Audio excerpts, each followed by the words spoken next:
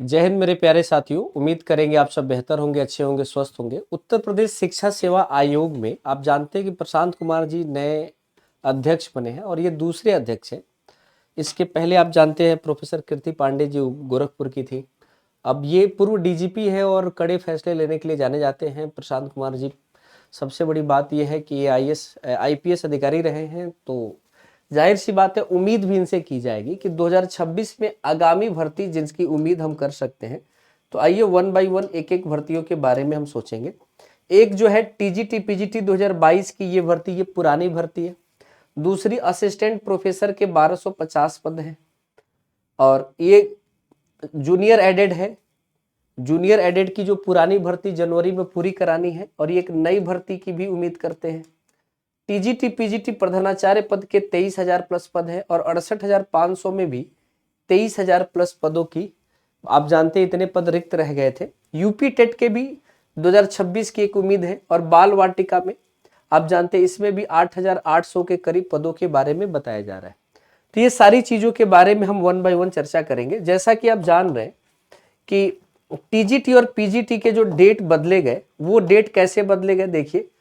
सबसे पहले TGT PGT के जो डेट थे, ये आपका पीजीटी का है और ये आपका टीजीटी का है। 2025 में 11-12 अप्रैल, फिर जून, फिर 18-19 जून, पहले 18-19, फिर 20-21, फिर 15-16 अक्टूबर।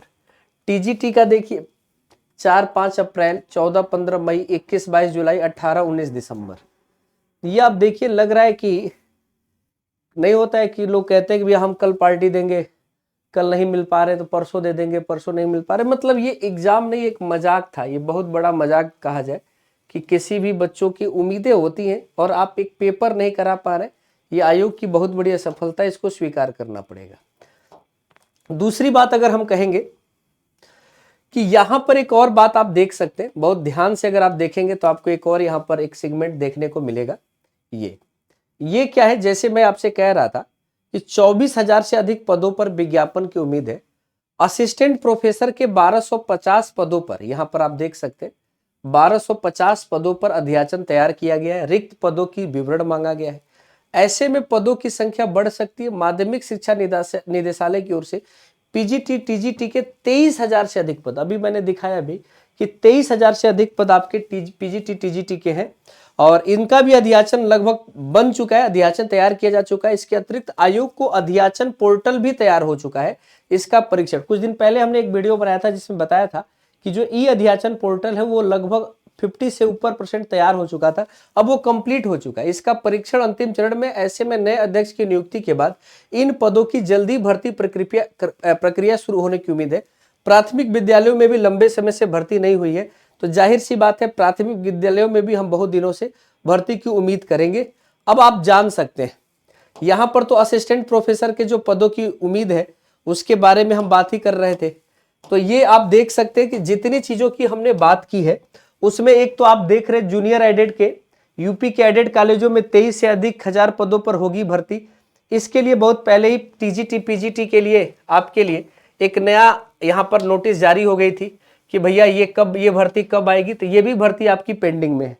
तो आप एक तरह से देखें कि यहां पर जो भर्तियां आने वाली है इसमें ये दोनों तो आप, एक तो यूपी टेट 2026 जो जनवरी में इसका टाला जाएगा, कुछ ही दिन में नोटिस आ जाएगी। बाल वाटिका एजुकेशन, ये आप जानते हैं पहली बार ये वैकेंसी आने वाली है। जूनियर एडेड के बारे में हम आपको पहले ही बता दें कि पुरानी वाली जूनियर एडेड की भर्ती अभी कंप्लीट होने वाली है जनवरी में, और जो नई जूनियर एडेड है, क्योंकि आप जानते हैं 2021 की भर्ती है, 25 चल रहा है और यहां पर 21 से पहले भी काफी दिनों के पहले भर्ती आई थी, तो इसमें ही विद्यालयों में टीचरों की संख्या सबसे कम है। तो जाहिर सी बात है जूनियर एडेड में भर्ती आनी ही आनी है। तो एक तो जूनियर एडेड हो गया, जूनियर एडेड यानी जिसमें साइंस मैथ और आपके सोशल स्टडी के टीचर, तो जो लोग भी साइंस मैथ की तैयारी कर रहे हैं, बीएससी बीटेक किए हुए, उनके लिए वैकेंसी यहां पर आपको देखने को मिलने वाली है।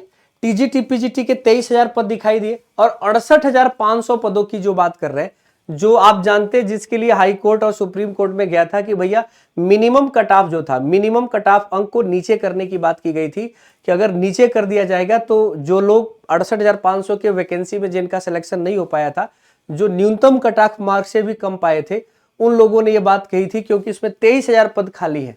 तो उन्होंने कहा था कि सर 23,000 पद खाली हैं और हम इतने दिनों से इंतजार कर रहे हैं और इसमें न्यूनतम अंक को कम कर दिया जाए। सुप्रीम कोर्ट भी कहा कि नहीं, मिनिमम एलिजिबिलिटी नंबर को कम नहीं किया जा सकता है, इसको नई वैकेंसी के तौर पे लाया जाएगा।